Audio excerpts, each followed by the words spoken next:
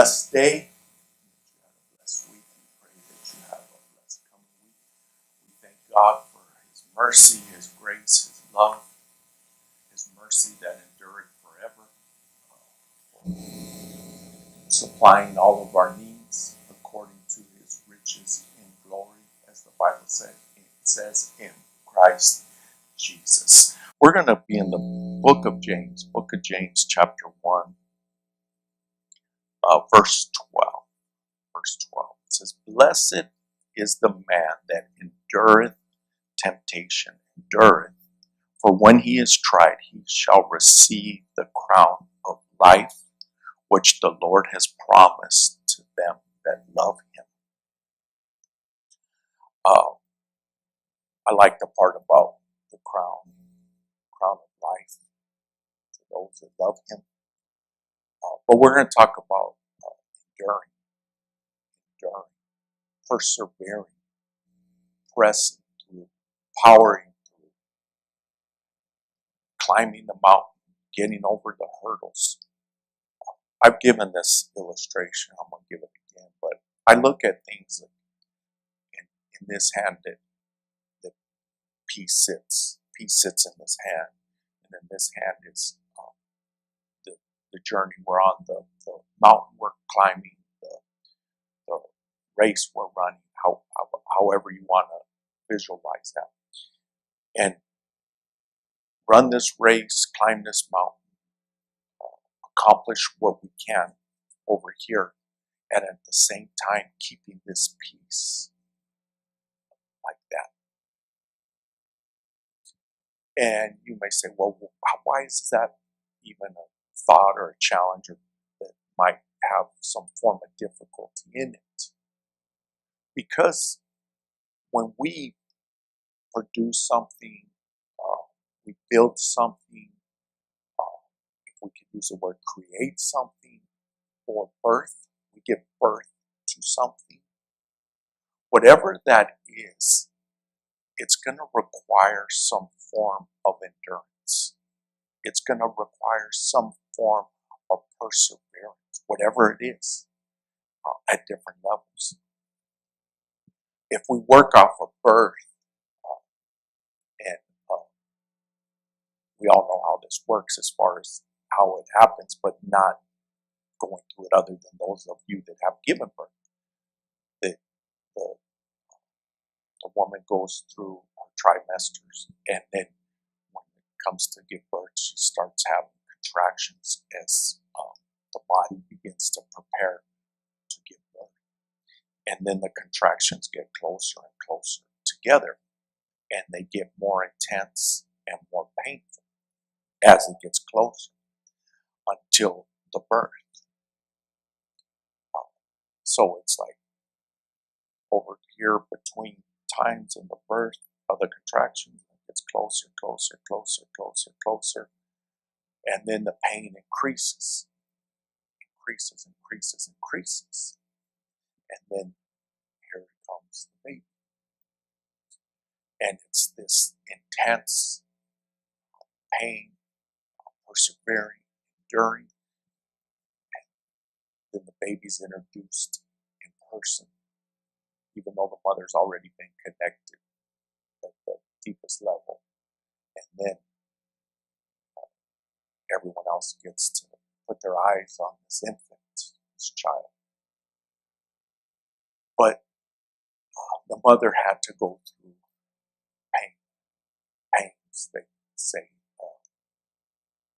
contractions, discomfort, all these things in order to give birth. I don't know if this is true, but maybe some of you mothers can say it's true or not true. But what they say is that when a mother gives birth, if she totally remembered what she went through, like it was just carved into her memory what she went through in giving birth, that she would never give birth again. So there's a part that when a mother gives birth, that there's part of her that forgets some of the pains and discomfort. and she has another child. Not always, of course, but that's what they say happens. I mean, nowadays, it's pretty common for somebody to have like 2 children, 3 seem more on the high end now. Um,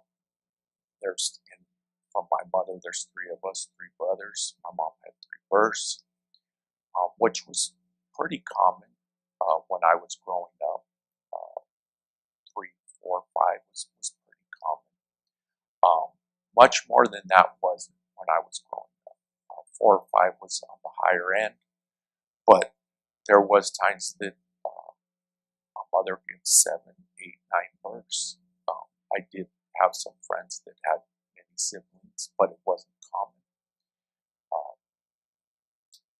Today, again, 2, 3 is right in there, but regardless, they're still going through the same procedure of giving birth. If it's today or 100, 500 years ago, now they have, of course, more technology. They can do C-sections when necessary, and pain relief, which is it's an individual thing. I don't want to get into that. But powering through that discomfort, that pain, in order to give birth. And we, again, bringing it back to all of us, we go through that when we are looking to build something. We're looking to produce something, whatever it might be. There's some form of a pushback. There's some inconveniences, some discomfort, some challenges, some unexpected things that come, a storm, a setback that comes in the midst of that dream, that vision, that project, whatever it is that we're looking to give birth to. If I could use that as a metaphor, that we're giving birth.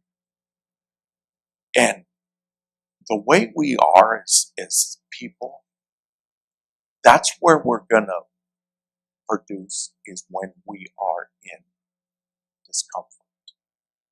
And we experience those, that however you want to call it, that sadness, even if we want to say trauma, it's a new life. For myself, it's a new life. All I knew was every day of my life to have my father there, to not having him there. It's a new life. I have to go, move forward, climb mountains, continue to give birth, at least at this stage of my life. But I look again. I gotta keep my peace. I gotta climb these mountains. And like I've said in the past, I have to take care of this temple so that I can keep going. So I can keep going. I can keep powering through. I can keep pushing through. I can keep enduring. Blessed are those that endure. And I want to encourage you to endure, to power through, to push through. And I share my story so that I don't come across without empathy, without compassion, without grace, or come across like, it's no big deal. Because to you, it is a big deal. What you're going through is a big deal. And when people look at what you're going through and say it's no big deal, it's no big deal to them. It would be a big deal if they were going through what you are going through, but to them, your challenge is no big deal to them. That's what we call lack of empathy. But I do my best to look at somebody and think, okay, what is it that they're going through? What is it that they're carrying? Now, I can't experience everybody's feelings. That'd be too much. But I can do my best to look and say, okay, what are they going through? What does this mother have on her plate? Or what is this father? Or what is this son? Or what is this daughter? Whatever we give the title that they're going through. And how people say, oh, this person's like this, or they're like that, and they're always doing this and like that. And it's like, no, you don't know what they've been through, or you don't know what they're going through, or whatever that is. Not condoning or making excuses, but just step back and say, okay, let me take a pause and take into consideration what that person's enduring, what they're enduring. And then take what I'm enduring and maybe say, okay, I get it. You're enduring, I'm enduring. I don't know what it is to experience your pain. You don't know what it is to experience my pain. We can maybe compare stories, but you have your story, I have my story. You have what you have difficulty with, I have what I have difficulty with. You have your mountain, I have my mountain. But maybe we can encourage each other up the mountains, and that we don't allow things to stop us from enduring. So let's endure. And at the end, we get that crown of life. We're not earning it, our salvation, because we're saved by grace. But we still look forward to that crown. Thank you for joining us on this Sunday morning. If you'd like to bless us, there's some ways on the screen you can bless us. We'll be back here in person noon, 12 o'clock, Arizona time. 1363 South Vineyard in Mesa, Arizona, 85210. We'll be looking to rebuild, continue to power through, and you could be with us in person or you could watch us live. Thank you and have a